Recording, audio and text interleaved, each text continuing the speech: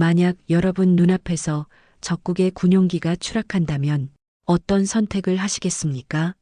총을 겨누시겠습니까? 아니면 손을 내밀겠습니까? 북한 수송기 한 대가 이란으로 향하던 중 불시착했고 그 안에서 나온 것은 의료 물자가 아니라 전쟁 무기였습니다. 하지만 진짜 이야기는 여기서부터 시작됩니다. 총보다 따뜻한 밥 한 그릇이 세상을 바꿀 수 있다는 것을 이 이야기가 증명해 드리겠습니다. 2015년 2월 어느 추운 밤 평양 순안 국제공항 한쪽 경납고에서는 한 대의 노후한 수송기가 이륙을 준비하고 있었습니다. 기체 표면에는 페인트가 벗겨진 흔적들이 곳곳에 보였고 엔진에서는 낡은 기계 특유의 둔탁한 소리가 울려 퍼지고 있었습니다. 박현우는 군용 외투 안주머니를 만지작거리며 수송기 앞에 서 있었습니다. 36해를 살아오며 그가 가장 소중히 여기는 물건, 딸. 소연이가 유치원에서 만들어준 분홍색 고무 반지가 그 안에 들어 있었습니다. 아빠, 이거 끼고 있으면 항상 안전할 거예요. 출발 전날 밤 5살 배기 딸이 작은 손으로 건네주며 했던 말이 아직도 귓가에 맴돌았습니다. 현우는 원래 평양의과대학을 졸업한 의사였습니다. 사람을 살리는 것이 천직이라 믿었던 그는 졸업 후 군 복무를 마치고 동네 진료소에서 일할 계획이었습니다. 하지만 계획은 계획일 뿐이었습니다. 당에서는 그의 능력을 높이 평가했고 결국 그는 공군 군의관으로 재배치되었습니다. 처음에는 병사들을 치료하는 일을 했지만 시간이 지나면서 그의 임무는 점점 이상한 방향으로 흘러갔습니다. 의료물자 수송, 해외 의료 원조 임무, 감독, 그리고 이번처럼 직접 수송기에 탑승하는 일까지 맡게 된 것이었습니다. 박동무, 준비됐나? 옆에서 들려온 목소리의 주인은 김명수였습니다. 40살의 베테랑 부조종사이자 정비병 출신인 그는 여러 차례 중동, 지역 수송 임무를 수행한 경험이 있었습니다. 얼굴에는 세월의 흔적과 함께 묵묵한 신뢰감이 배어 있었습니다. 네, 형님. 근데 이번 임무는 좀 이상하지 않습니까? 평소와 다르게 보위부에서 직접 감찰관까지 붙였잖습니까? 명수는 주변을 살피더니 목소리를 낮췄습니다. 말 조심해. 저기 최동무가 듣고 있어. 현우가 고개를 돌리자 수송기 입구 근처에 서 있는 한 남자가 보였습니다.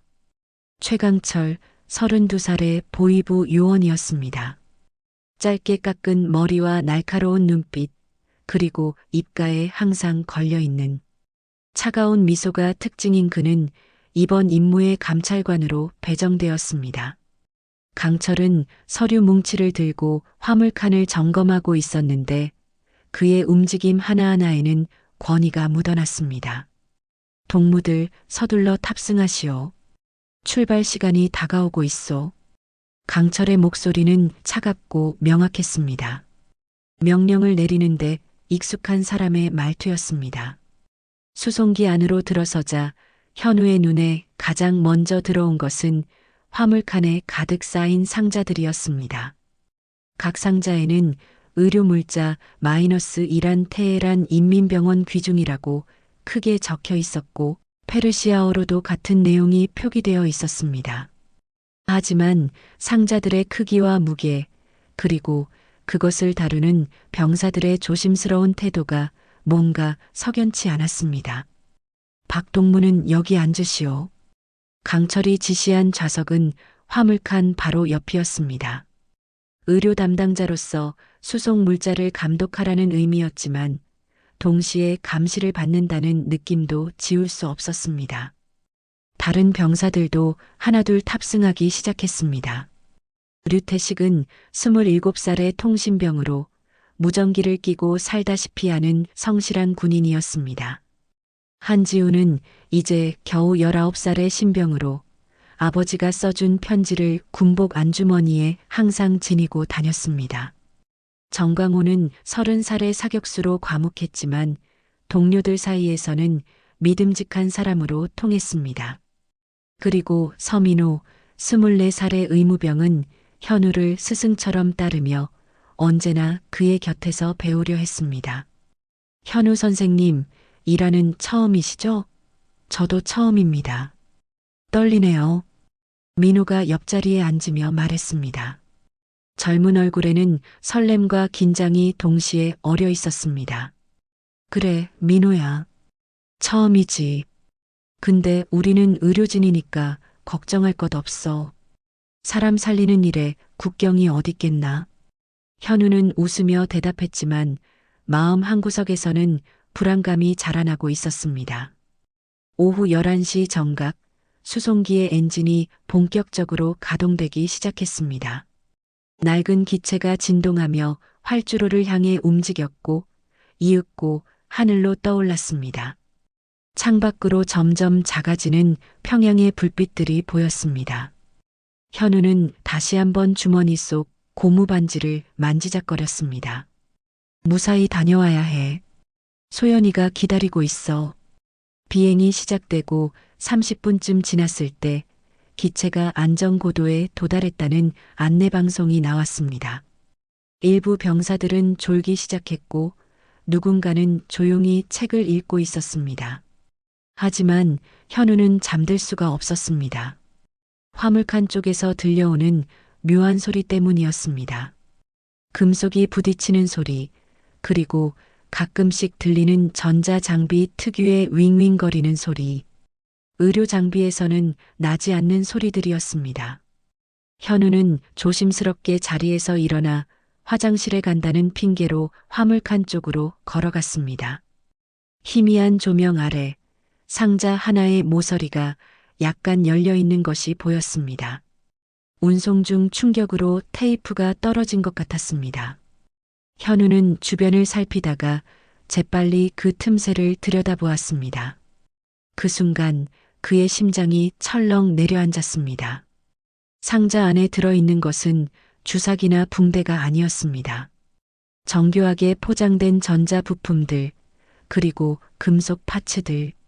현우는 군 복무를 하며 여러 번 무기 관련 교육을 받았기에 알 수 있었습니다. 이것들은 드론이나 미사일에 들어가는 부품들이었습니다. 뭘 보고 있나, 박동무? 등 뒤에서 들려온 강철의 목소리에 현우는 화들짝 놀라 돌아섰습니다. 아, 아닙니다. 상자 하나가 열려 있길래 확인하려고. 의료 담당자로서 열심히 하는구먼. 하지만 수송 물자에 대해서는 내가 책임지고 있으니 걱정 말고 자리로 돌아가시오. 이건 고급 기밀 사항이니 함부로 언급하면 안 되는 거 알지? 강철의 눈빛이 차갑게 빛났습니다. 그것은 경고이자 협박이었습니다. 현우는 고개를 끄덕이고 자리로 돌아왔습니다. 하지만 머릿속은 복잡해졌습니다. 의료 원조라는 명목으로 자신이 실제로는 무기 밀매에 동원되고 있다는 사실. 그는 의사였습니다. 사람을 살리는 사람이었습니다. 그런데 지금 이 비행기는 사람을 죽이는 도구들을 싣고 가고 있었습니다. 주머니 속 고무반지가 유난히 무겁게 느껴졌습니다. 소연이의 얼굴이 떠올랐습니다. 아빠, 이거 끼고 있으면 항상 안전할 거예요. 안전이란 무엇일까요? 명령을 따르는 것이 안전일까요? 아니면 양심을 지키는 것이 안전일까요?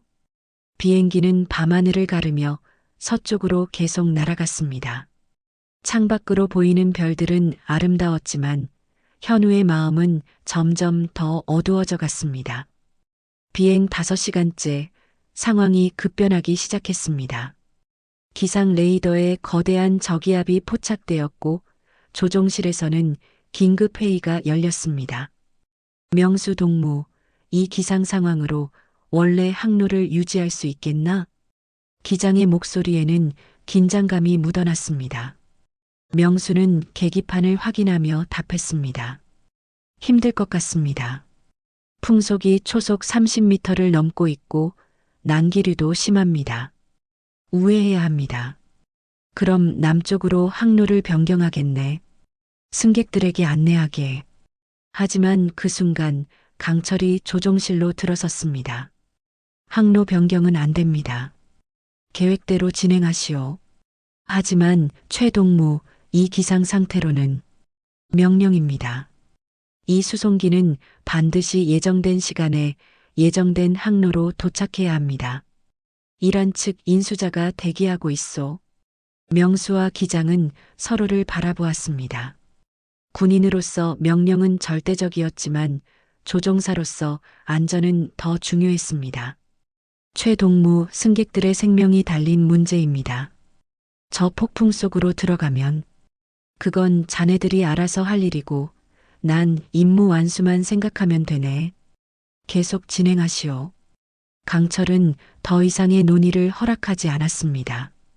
객실에서는 아직 아무도 심각한 상황을 눈치채지 못하고 있었습니다. 현우는 여전히 화물칸을 바라보며 생각에 잠겨 있었고 민호는 의학 교과서를 읽고 있었으며 지훈이는 아버지의 편지를 꺼내 읽고 있었습니다. 아들아, 너는 나라를 지키는 용감한 군인이다. 하지만 그보다 먼저 내 자신을 지키는 현명한 사람이 되어라. 명령도 중요하지만 내 양심을 저버리지 마라. 편지의 마지막 구절을 읽던 지훈이의 눈에 눈물이 맺혔습니다. 그때였습니다. 기체가 갑자기 크게 흔들리기 시작했습니다. 처음에는 일반적인 난기류인 줄 알았지만 곧 상황이 심각하다는 것을 모두가 깨달았습니다. 비행기가 마치 장난감처럼 위아래로 요동쳤고 좌우로 심하게 기울었습니다. 모두 안전벨트 확인, 급강하 준비. 기장의 다급한 목소리가 스피커를 통해 울려 퍼졌습니다. 화물칸의 상자들이 고정 장치를 뚫고 미끄러지기 시작했습니다. 굉음과 함께 금속 부품들이 쏟아져 나왔습니다. 더 이상 숨길 수 없었습니다. 드론 날개, 미사일 유도 장치, 폭발물 기폭 장치, 이 모든 것들이 객실 바닥으로 쏟아졌습니다. 이게 뭡니까? 의료 장비가 아니잖습니까? 태식이 소리쳤습니다. 입 다물고 자리에 앉아 있어. 강철이 권총을 꺼내들며 고함쳤습니다. 하지만 그보다 더 큰 문제가 발생했습니다. 번개가 기체를 강타한 것입니다. 천둥 소리와 함께 기내 전등이 깜빡이더니 절반이 꺼져버렸습니다. 비상등만이 희미하게 빛을 발했습니다. 엔진 2호기 화재 발생, 출력 저하. 조종실에서 비명에 가까운 외침이 들려왔습니다. 현우는 본능적으로 움직였습니다. 의무병으로서의 훈련이 몸을 움직인 것입니다. 그는 안전벨트를 풀고 화물칸으로 달려가 쏟아진 장비들을 정리하기 시작했습니다. 박동모, 자리로 돌아가시오. 강철이 소리쳤지만 현우는 듣지 않았습니다. 지금 이 상태로 추락하면 이 폭발물들이 터집니다. 모두 죽습니다. 현우는 위험한 부품들을 재빨리 내화 상자에 담기 시작했습니다. 민호도 뒤따라와 도왔습니다. 선생님, 이건 뭡니까? 우리가 뭘 운반하고 있었던 겁니까? 지금은 설명할 시간이 없어. 일단 이것들부터 안전하게 격리해. 비행기는 계속해서 고도를 잃어가고 있었습니다. 기장과 명수는 필사적으로 기체를 조종했지만 한쪽 엔진이 꺼진 상태에서 이 폭풍을 뚫고 나간다는 것은 거의 불가능했습니다. 비상 착륙을 준비합니다. 가장 가까운 활주로가 어디입니까? 지금 위치로는 강원도입니다. 대한민국입니다. 명수의 말에 조종실이 순간 정적에 휩싸였습니다.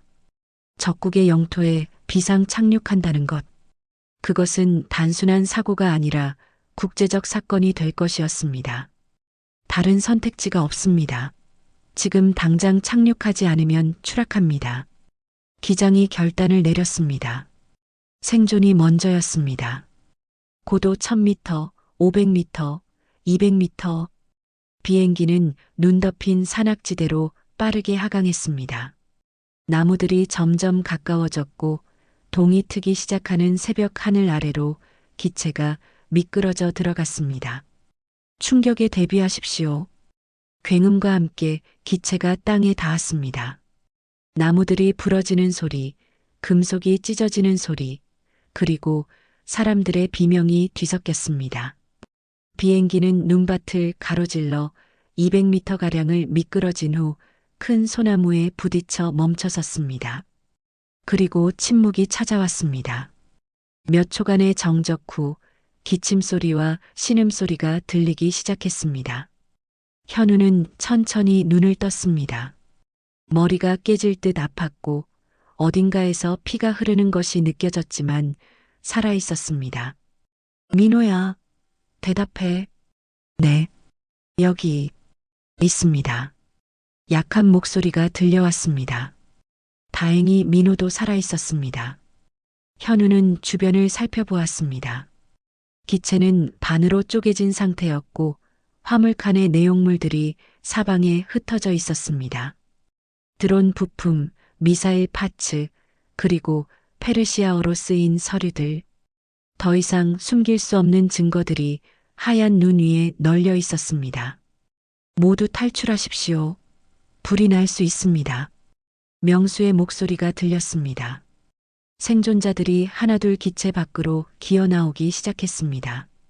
현우가 마지막으로 기체를 빠져나오려는 순간 주머니에서 무언가가 떨어졌습니다.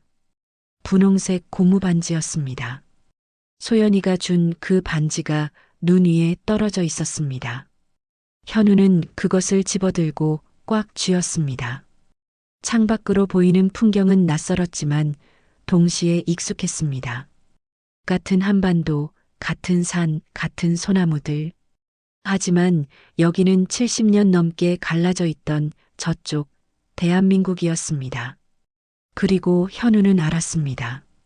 이제 그의 선택이 시작될 것임을. 새벽 6시 15분 강원도 인제군 산악지대. 부서진 수송기 주변에는 12명의 생존자들이 모여 있었습니다. 다행히 사망자는 없었지만 절반 이상이 크고 작은 부상을 입은 상태였습니다. 현우는 재빨리 상황을 파악했습니다. 의무병으로서의 본능이 작동한 것입니다. 그는 기체 잔해에서 구급상자를 찾아내고 부상자들을 돌보기 시작했습니다. 광호동무 다리는 괜찮나? 움직일 수는 있습니다. 골절은 아닌 것 같습니다. 다행이네. 민호야, 응급처치 도구 가져와. 현우는 체계적으로 부상자들을 분류했습니다. 기장은 어깨 탈구, 태식이는 갈비뼈에 금이 간 것 같았고 지훈이는 이마에서 피를 흘리고 있었습니다. 명수는 비교적 멀쩡했지만 손목을 삐끗한 상태였습니다. 모두들 움직이지 말고 가만히 계십시오. 내부 출혈이 있을 수 있습니다. 현우가 지훈이의 이마를 소독하며 말했을 때 갑자기 총소리가 울려 퍼졌습니다. 다들 그 자리에서 움직이지 마. 강철이었습니다. 그는 권총을 하늘로 쏘며 모두를 위협했습니다. 추락 중에도 무기를 놓지 않았던 것입니다. 최동무, 지금 뭐 하는 겁니까? 명수가 소리쳤습니다. 정신 차려. 우린 지금 적국 땅에 있어. 곧 남조선 군대가 올 거야. 우린 계획대로 움직여야 해. 무슨 계획 말입니까? 우린 지금 추락했습니다. 부상자들이 있고 기체는 부서졌어요. 그러니까 더 중요한 거 아냐? 저 화물들을 파괴해야 해. 증거를 남기면 안 돼. 강철은 흩어진 무기 부품들을 가리키며 소리쳤습니다.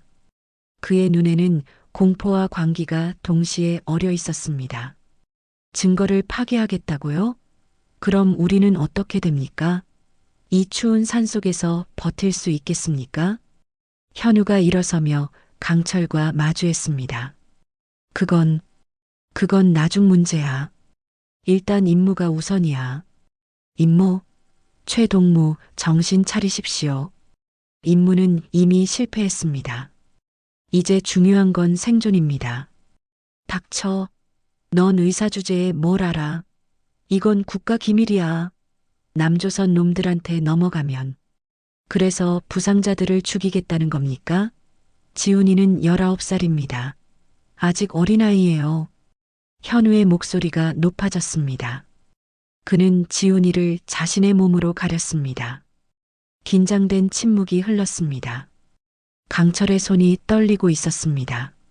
그도 알고 있었습니다. 자신의 선택이 잘못되었다는 것을. 하지만 인정할 수 없었습니다. 평생을 명령에 따라 살아온 사람이 갑자기 그 명령을 의심한다는 것은 자신의 존재 자체를 부정하는 일이었습니다. 현우 선생님이 맞습니다. 조용히 앉아있던 명수가 입을 열었습니다. 최동무, 우린 이제 선택해야 합니다. 죽은 인물을 지킬 것인가 아니면 살아있는 사람들을 지킬 것인가. 난 조종사로서 30년을 살았습니다.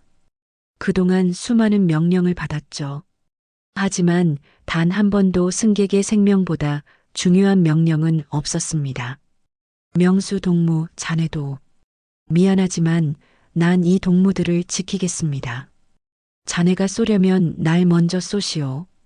명수가 일어나 현우 옆에 섰습니다. 그리고 광호도, 태식도 하나둘 일어나 현우와 명수 쪽으로 갔습니다. 강철은 홀로 남겨졌습니다. 너희들이 뭘 하고 있는지 알기는 하는 거야? 이건 반역이야. 조국을 배신하는 거라고. 조국이 우리를 여기 버려두고 간 겁니다. 최동무. 현우가 조용히 말했습니다. 우린 일회용 도구였습니다. 불법 무기를 운반하는. 실패하면 버려지는. 당신도 알고 있잖습니까? 우리가 평양으로 돌아가도 영웅 대접은커녕 신문과 처벌만 기다리고 있다는 걸. 그 말에 강철의 얼굴이 창백해졌습니다. 사실이었기 때문입니다. 바로 그때 멀리서 헬리콥터 소리가 들려왔습니다. 윤재혁은 29살의 공군 특임대 하사였습니다. 새벽 순찰 임무 중 레이더에 정체불명의 기체가 포착되었고 그것이 추락하는 것을 목격했습니다. 보고를 받고 출동한 그는 잔해를 발견했을 때 믿을 수 없었습니다. 북한군 수송기입니다. 생존자 확인됩니다. 무전기에 대고 급히 보고했습니다. 생존자가 몇 명이나 됩니까? 12명 정도로 보입니다. 부상자들이 많습니다. 무장 상태는? 한 명이 권총을 소지하고 있는 것으로 확인됩니다. 재혁은 쌍안경으로 현장을 관찰했습니다. 북한군들은 서로 대치하고 있는 것처럼 보였습니다. 한 명은 총을 들고 있었고 나머지는 그와 떨어져서 모여 있었습니다. 그리고 그 가운데 한 명은 부상자를 치료하고 있었습니다. 이상하네. 왜 서로 대치하고 있는 거지? 30분 후 현장에 완전 무장한 대한민국군 병력이 도착했습니다. 헬리콥터가 착륙하고 특전사 대원들이 신속하게 포위망을 형성했습니다. 북한군 여러분, 여기는 대한민국 영토입니다. 무기를 내려놓고 손을 들어주십시오. 확성기를 통한 명령이 울려 퍼졌습니다. 강철은 잠시 망설이다가 총을 땅에 내려놓았습니다. 다른 선택지가 없었습니다. 나머지 북한군들도 천천히 손을 들었습니다. 재혁이 선두에 서서 다가갔습니다. 그의 손은 소총 방아쇠에 걸려 있었고 동료들도 마찬가지였습니다. 긴장감이 극에 달했습니다. 모두 엎드리십시오. 명령에 따라 북한군들이 하나둘 땅에 엎드렸습니다. 하지만 현우는 여전히 지훈이 곁에 앉아 있었습니다. 당신도 엎드리십시오. 이 친구가 머리를 다쳤습니다. 지금 누우면 출혈이 심해집니다. 저는 의사입니다. 치료를 마칠 때까지 기다려 주십시오. 현우가 침착하게 대답했습니다. 재혁은 당황했습니다. 북한군이 명령을 거부하면서도 적대적이지 않은 태도를 보이는 것은 처음 겪는 일이었습니다. 의사라고요? 네. 군의관입니다. 이 친구는 19살입니다. 제발 치료 좀 마치게 해주십시오. 재혁은 상부에 무전을 넣었고 잠시 후 허가가 떨어졌습니다. 현우는 신속하게 지훈이의 상처를 봉합하고 붕대를 감았습니다. 이제 됐습니다. 협조하겠습니다. 현우가 천천히 일어나 손을 들었습니다. 북한군들을 안전하게 확보한 후 조사팀이 현장에 도착했습니다. 그들이 흩어진 화물들을 조사하기 시작했을 때 모두가 경악했습니다. 이건 드론 부품입니다. 군사용 드론. 여기 미사일 유도 장치도 있습니다. 이 서류들 좀 보십시오. 페르시아어로 쓰여 있습니다. 이란 쪽 거래 명세서 같은데요. 의료 물자라고 표시되어 있지만 실제로는 무기 부품들이었습니다. 조사관의 말에 재혁은 북한군들을 다시 바라보았습니다. 그들의 표정에는 놀라움과 배신감이 동시에 어려 있었습니다. 특히 의사라는 사람의 얼굴에서 깊은 좌절을 읽을 수 있었습니다. 이들도 몰랐던 건가? 재혁의 의문은 곧 확인되었습니다. 신문이 시작되자 북한군들은 진술했습니다. 자신들은 의료 원조 임무로 알고 탑승했으며 실제 화물의 정체는 추락 직전에야 알게 되었다고. 거짓말입니다. 강철만이 다른 주장을 했습니다. 이들은 모두 공범입니다. 임무를 알고 있었습니다. 하지만 다른 증언들과 비행 기록, 그리고 상자들의 봉인 상태를 분석한 결과 실제로 대부분의 승무원들은 화물의 진짜 내용을 몰랐던 것으로 밝혀졌습니다. 오직 강철과 조종사 몇 명만이 실상을 알고 있었습니다. 이 사건은 곧 국제뉴스로 타전되었습니다. 북한, 이란의 불법 무기 부품 수송 적발. 유엔 안전보장이사회가 긴급 소집되었고 국제사회는 북한에 대한 제재 강화를 논의하기 시작했습니다. 하지만 재혁의 관심은 정치가 아니라 눈앞의 사람들에게 있었습니다. 특히 그 의사, 부상자들을 끝까지 돌보려 했던 그 사람. 적이지만 동시에 같은 인간이었습니다. 밤이 되었습니다. 북한군들은 임시 수용시설로 이송되었고 재혁은 경비 임무를 맡았습니다. 창문 너머로 보이는 현우는 여전히 부상자들을 돌보고 있었습니다. 남한에서 제공한 의료품을 사용하며 한 명 한 명 상태를 확인했습니다. 적인데 왜 저렇게까지? 재혁은 할아버지 생각이 났습니다. 6.25 전쟁 참전 용사였던 할아버지는 평생 북한을 증오했습니다. 그리고 그 증오를 손자에게도 물려주었습니다. 하지만 지금 재혁이 보고 있는 것은 괴물이 아니라 사람이었습니다. 이틀이 지났습니다.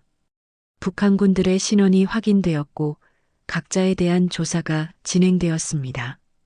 대부분은 단순 임무 수행자로 판명되었지만 강철은 달랐습니다. 그는 보위부 소속의 고급 요원이었고 여러 건의 불법 무기 거래에 관여한 혐의가 있었습니다. 하지만 문제가 생겼습니다. 북한 정부에서 생존자들의 송환을 요구하고 나선 것입니다. 동시에 생존자들에게는 선택권이 주어졌습니다. 북한으로 돌아갈 것인가 아니면 남한에 남을 것인가. 현우는 깊은 고민에 빠졌습니다. 평양에는 아내와 딸이 있었습니다. 소연이가 기다리고 있었습니다. 하지만 돌아간다면 어떻게 될까요? 임무 실패의 책임을 물어 처벌받을 것이 분명했습니다. 게다가 불법 무기 거래의 진실을 알게 된 이상 그를 살려둘 리 없었습니다. 현우 선생님, 어떻게 하실 겁니까? 민호가 조심스럽게 물었습니다. 모르겠네. 가족을 생각하면 돌아가야 하는데 돌아가면 우리 모두 위험해. 저는 선생님을 따르겠습니다. 선생님이 가시면 저도 가고 남으시면 저도 남겠습니다. 다른 병사들도 비슷한 의견이었습니다. 그들은 현우를 신뢰했습니다. 추락 이후 그가 보여준 리더십과 헌신을 보았기 때문입니다. 하지만 강철은 달랐습니다. 너희들 미쳤어? 조국을 배신하고 여기 남겠다고? 너희 가족들이 어떻게 되는지 알아? 신문실에서 강철이 소리쳤습니다. 가족들은 이미 위험합니다. 최동무. 우리가 돌아가든 남든 상관없이요. 임무를 실패한 순간 이미 끝난 겁니다. 현우가 차분하게 대답했습니다. 아니야. 우리가 돌아가서 남조선에 강제로 억류당했다고 하면 돼. 그럼 가족들은 보호받을 수 있어. 그 거짓말이 얼마나 갈까요? 나흘? 일주일? 결국 진실은 밝혀집니다. 그리고 그때 가족들은 더 큰 고통을 받게 됩니다. 그럼 어쩌자는 거야? 여기 남아서 배신자로 살자는 거야? 아닙니다. 배신자가 아니라 생존자로 사는 겁니다. 우린 이용당했습니다. 우리를 이용한 사람들이 진짜 배신자입니다. 강철은 벽을 주먹으로 쳤습니다. 현우의 말이 맞다는 것을 알면서도 인정하고 싶지 않았습니다. 그날 밤 현우는 홀로 앉아 고무반지를 바라보았습니다. 소연이의 얼굴이 떠올랐습니다. 아빠, 이거 끼고 있으면 항상 안전할 거예요. 소연아, 미안해. 아빠는 내가 원하는 안전을 지켜줄 수 없을 것 같구나. 하지만 아빠는 옳은 일을 하고 싶어. 거짓된 명령보다 진실된 양심을 따르고 싶어. 눈물이 흘러내렸습니다. 처음으로 현우는 울었습니다. 의사가 된 이후로, 군인이 된 이후로, 아버지가 된 이후로 참아왔던 모든 감정들이 한꺼번에 쏟아져 나왔습니다. 문이 열리고 명수가 들어왔습니다. 현우 동무. 네, 형님. 난 결정했네. 여기 남을 거야. 가족들은요? 내 아내는 현명한 사람이야. 내가 왜 돌아가지 못하는지 이해할 거야. 그리고 솔직히 말하면 난 더 이상 그 시스템의 부품으로 살고 싶지 않아. 30년을 조종사로 살면서 뭘 운반했는지 아나? 의료품이라고 하면서 무기를 실었고 식량 지원이라고 하면서 사치품을 실었어. 매번 거짓말이었지. 이번이 처음이 아니었어. 명수의 고백에 현우는 놀랐습니다. 형님도 알고 계셨습니까? 의심은 했지. 하지만 확인하고 싶지 않았어. 확인하는 순간 나도 공범이 되는 거니까. 그런데 이번에 더 이상 피할 수 없게 됐지. 그래서 난 이제 선택하기로 했어. 거짓말을 계속 나를 거야. 아니면 진실과 함께 새로 시작할 거야. 쉽지 않을 겁니다. 알아. 하지만 살아야 가족을 지킬 수 있어. 죽으면 끝이지. 두 사람은 말없이 앉아 있었습니다. 밖에서는 눈이 내리기 시작했습니다.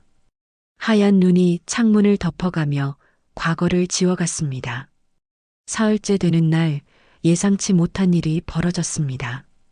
북한군들이 수용된 시설 근처에 사는 마을 주민들이 찾아온 것입니다. 그리고 그 선두에는 83세의 오정심 할머니가 있었습니다.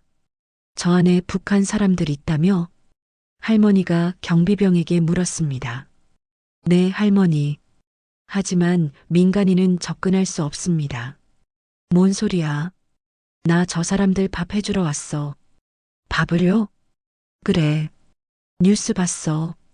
비행기 추락해서 다쳤다며? 그럼 밥 먹어야지. 사람은 밥을 먹어야 얘기를 하는 거야. 경비병은 당황했습니다. 상부에 보고했고 놀랍게도 허가가 떨어졌습니다.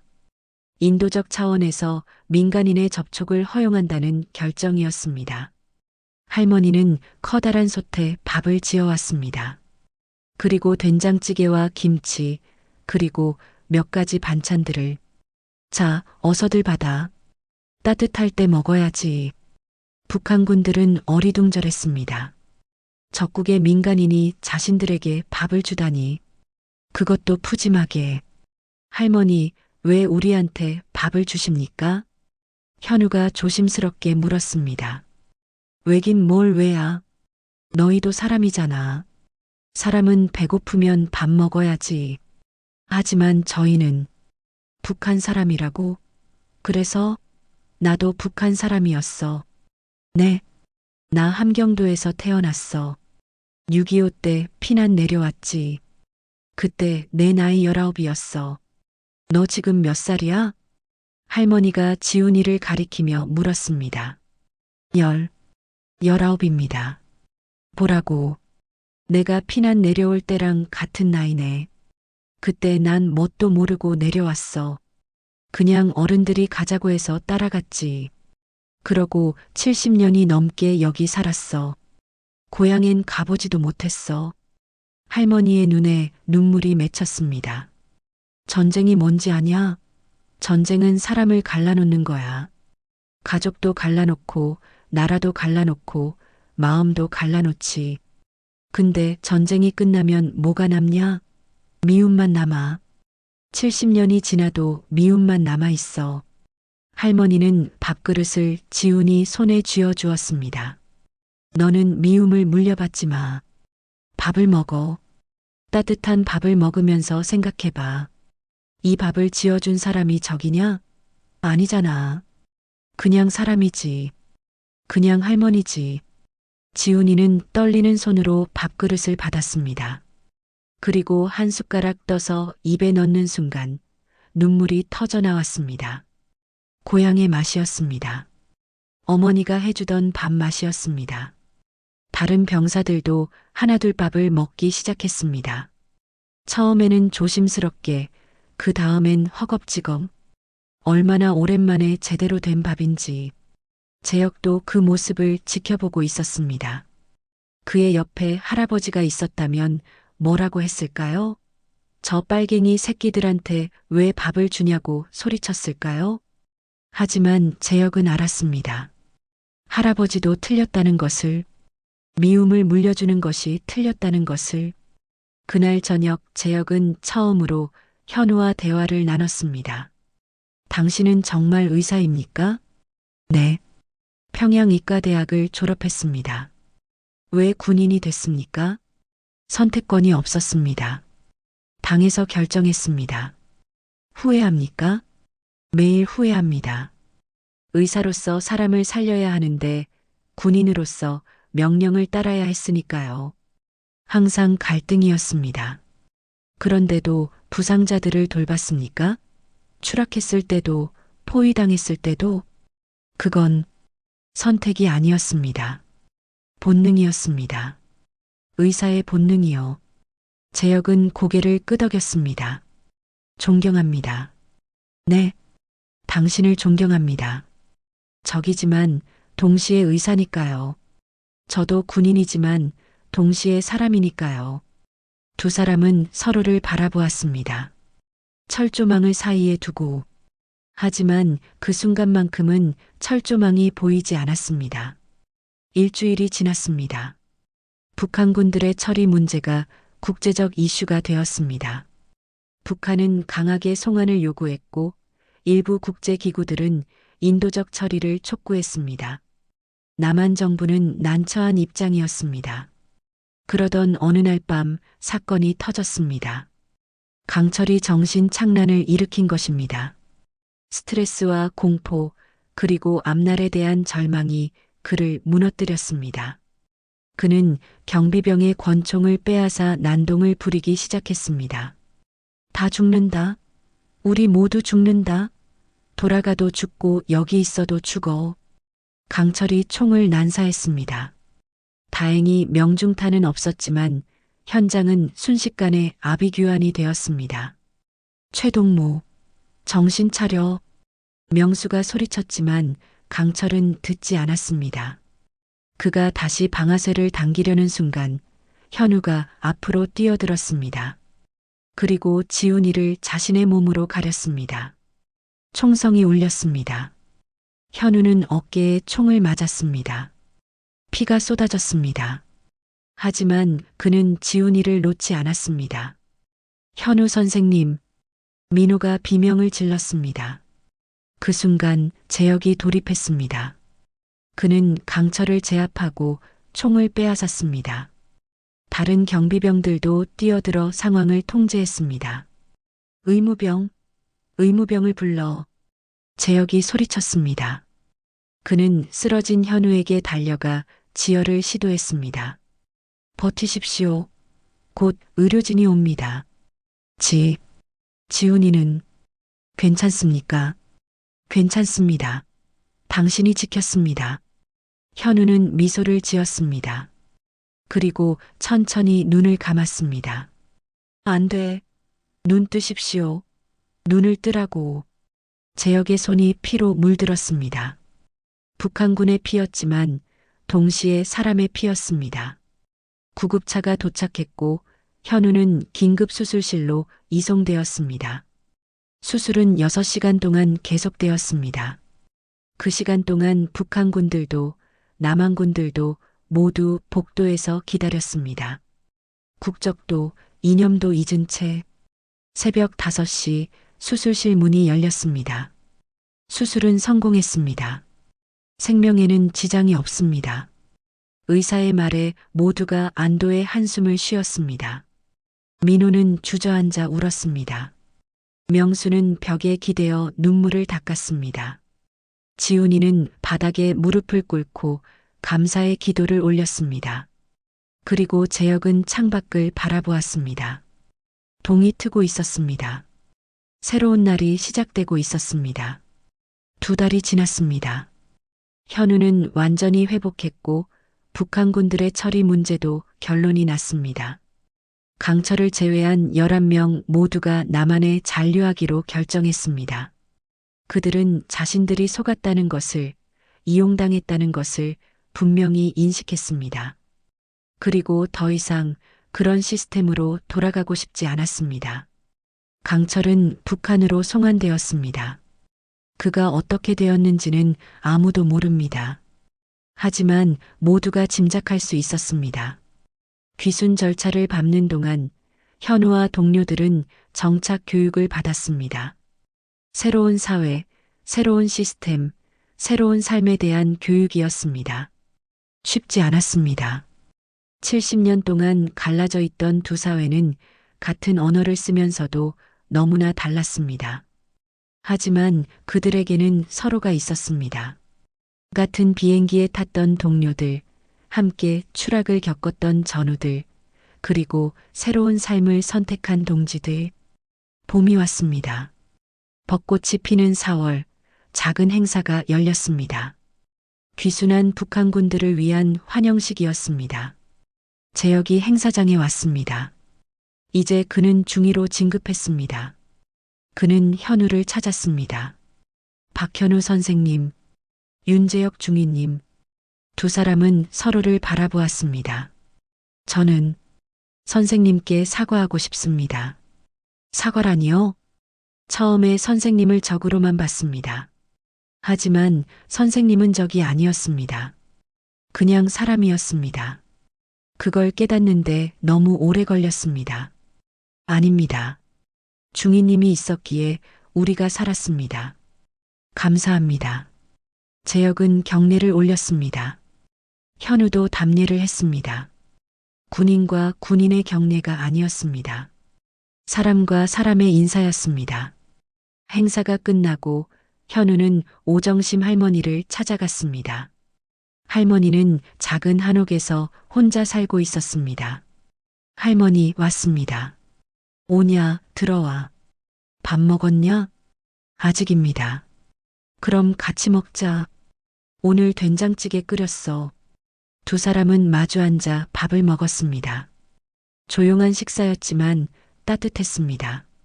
할머니, 왜? 평생 고향에 못 가보신 거 후회하십니까?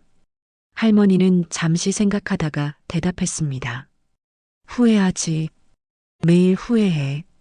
근데 후회만 하고 살 순 없잖아. 여기서도 살아야지. 근데 너는 다르구나. 네. 너는 선택할 수 있었어. 돌아갈 수도 있었고 남을 수도 있었지. 그리고 너는 남기로 했어. 그건 후회가 아니라 선택이야. 선택은 후회와 달라. 선택은 책임을 의미하거든.